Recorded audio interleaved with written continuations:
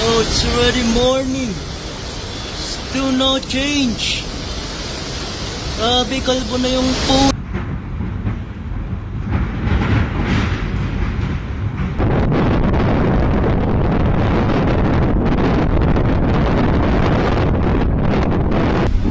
It's loud everywhere.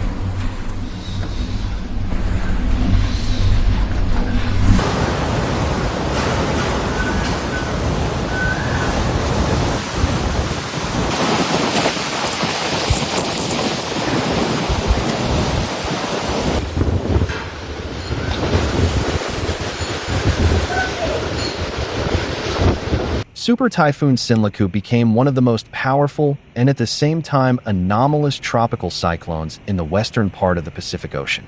It formed over the waters of Micronesia as an ordinary thunderstorm system, but then began to develop at an unusually high rate. In just about 72 hours, it intensified from a tropical depression into a Category 5 super typhoon, with wind speeds exceeding 174 miles per hour.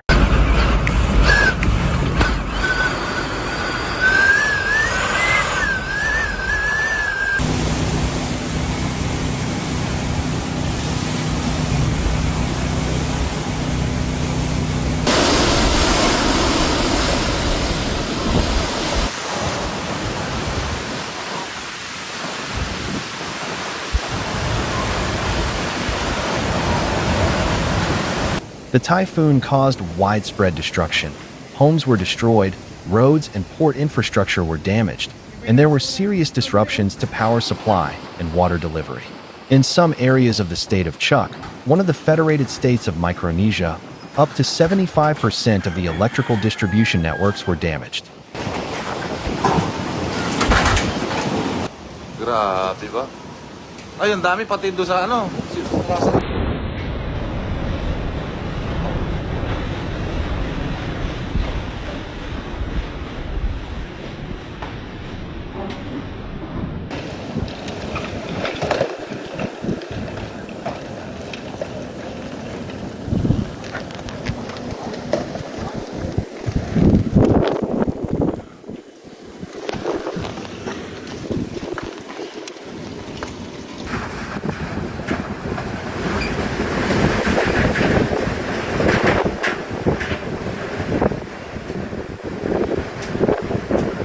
Communications, including emergency service channels, were almost completely paralyzed, which significantly complicated rescue operations. As of April 20th, at least 4 people were reported dead, though the number of victims may rise as information comes in from hard-to-reach areas. Typhoon Sinlaku, fuck you, motherfucker.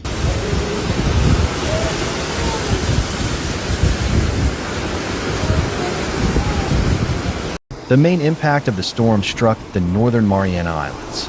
The eye of the typhoon passed over the islands of Saipan and Tinian, where sustained winds of about 145 miles per hour were recorded, with gusts reaching up to 175 miles per hour, corresponding to a Category 4 storm on the Saffir-Simpson scale.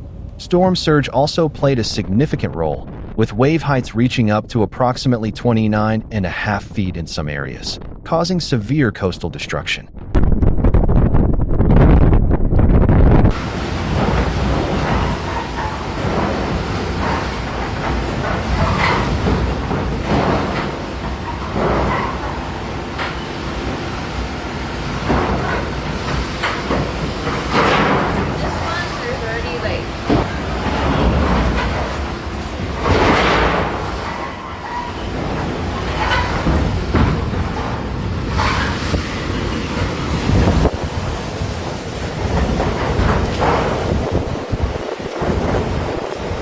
Part of the population was evacuated to special shelters, and hundreds of tourists were stranded due to flight cancellations. The island of Saipan, known for its resorts and diving, was effectively paralyzed.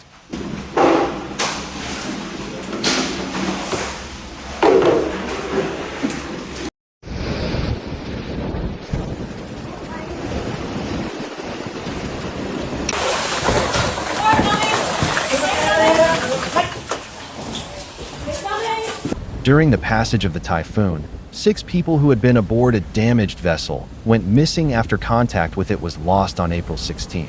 The United States Coast Guard conducted search operations, but after 4 days they had still not been found.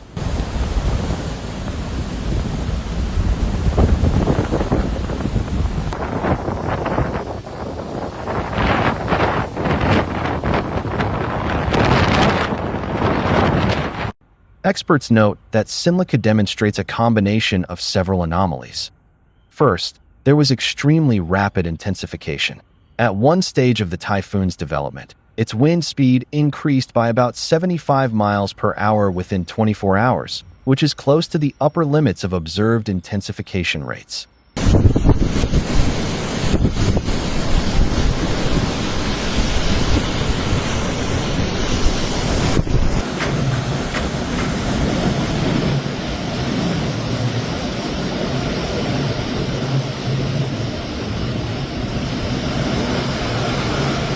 The main factor behind such rapid strengthening was abnormally warm ocean water.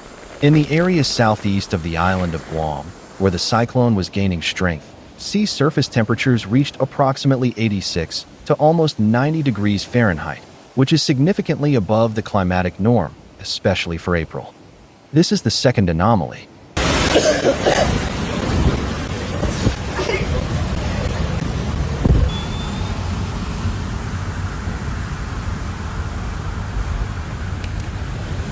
The peak of the typhoon season in the Western Pacific typically occurs in June, so such a powerful cyclone in April is an extremely rare phenomenon. Kita mo, Gary, buti na lang itong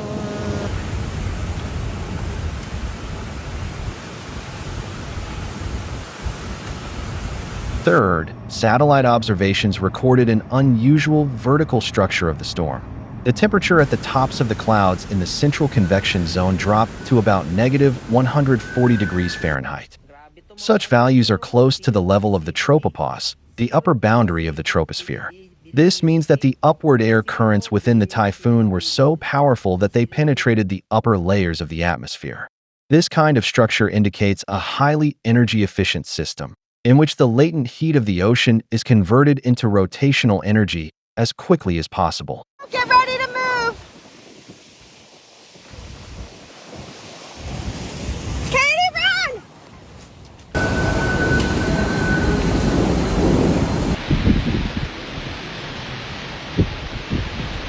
Additional features of Sinlaku included its large size and slow movement. According to the United States National Weather Service in Guam, the zone of typhoon force winds extended for approximately 275 miles from the center. In areas where the cyclone almost stalled, destructive winds and torrential rains persisted for up to 48 consecutive hours, significantly increasing the damage.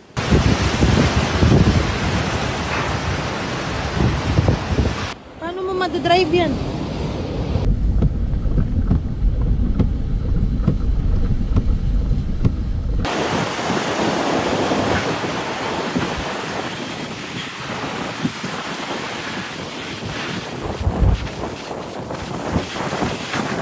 It is worth noting that in recent years the United States has experienced an unprecedented series of Category 4 and Category 5 tropical cyclones. Since 2017, the country has already experienced about 10 such events, 7 on the mainland United States, 1 in Puerto Rico, and 2 in the Northern Mariana Islands. This number is comparable to what occurred over the previous 57 years. In other words, this is not about random spikes, but about a sharp transition to a new statistical norm of extreme storms, in which Sinlaku becomes part of a broader and alarming trend.